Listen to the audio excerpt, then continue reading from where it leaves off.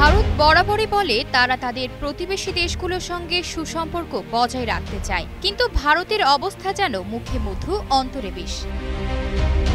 কারণ সুসম্পর্কের নামে শুধু নিজেদের স্বার্থ হাসিলই ভারতের আসল উদ্দেশ্য। একে বোকামি বললেও ভুল হয় না। এবার ভারতের দুই প্রতিবেশী চীন, পাকিস্তান, প্রতিবেশী দুই দেশের মধ্যে উচ্চ পর্যায়ে যোগসাজশ রয়েছে বলে মন্তব্য করেছেন ভারতের সেনাপ্রধান জেনারেল উপেন্দ্র দ্বিবেদী। চীন ও পাকিস্তানের মধ্যে ঘনিষ্ঠতা প্রসঙ্গে এক প্রশ্নের জবাবে জেনারেল উপেন্দ্র বলেন, আমাদের স্বীকার করতেই হবে যে চীন এবং পাকিস্তানের মধ্যে একটি উচ্চ পর্যায়ের যোগসাজশ রয়েছে। ভার্চুয়াল মাধ্যমে তা প্রায় 100%।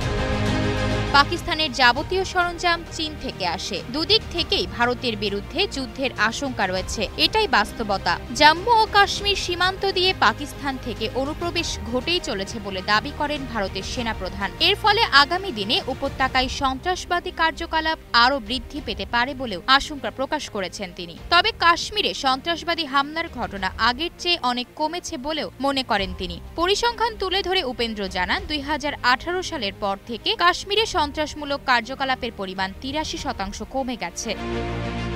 ভারতীয় সেনাবাহিনীর অক্লান্ত পরিশ্রমেই এর জন্য কৃতিত্ব দিয়েছেন তিনি। উপেন্দ্র জানিয়েছেন, কাশ্মীরে জঙ্গিদের অনুপ্রবেশ আগের চেয়ে অনেক কমেছে। গত কয়েক বছরে মাত্র 45 জনকে এই ধরনের কার্যকলাপের সঙ্গে যুক্ত হতে দেখা গিয়েছে। তবে সন্ত্রাস কমে কাশ্মীরে বেড়েছে পর্যটক। ভারতের সেনাপ্রধান বলেন, অমরনাথ যাত্রায় 5 লাখের বেশি মানুষের উপস্থিতি প্রমাণ করে পর্যটকরা আরও বেশি করে জম্মু ও কাশ্মীরে যাচ্ছেন। ভারতীয় সেনারা দেশের উত্তর পশ্চিমের এই উপত্যকায় সন্ত্রাসের পরিবর্তে পর্যটনের দিকে নজর ঘোরাতে পেরেছে। পাকিস্তান থেকে অনুপ্রবেশ নিয়ে উদ্বেগ প্রকাশ করে উপেন্দ্র বলেন, গত বছরে কাশ্মীরে যতজন জঙ্গিকে হত্যা করা হয়েছে তাদের মধ্যে 60%ই পাকিস্তানের নাগরিক। ফলে প্রতিবেশী দেশের কাছ থেকে অনবরত বহিরাগত হুমকির সম্মুখীন হচ্ছে ভারত। তিনি বলেন, নিজেদের চরমপন্থার কারণেই ভুগছে পাকিস্তান, নিজেদের আরো গভীর সংকটে ডুবিয়ে দিচ্ছে তারা। আমরা পাকিস্তানে স্থিতাবস্থাই চাই, পাকিস্তান জঙ্গিদের ঘাঁটিতে পরিণত হোক সেটা চাই না।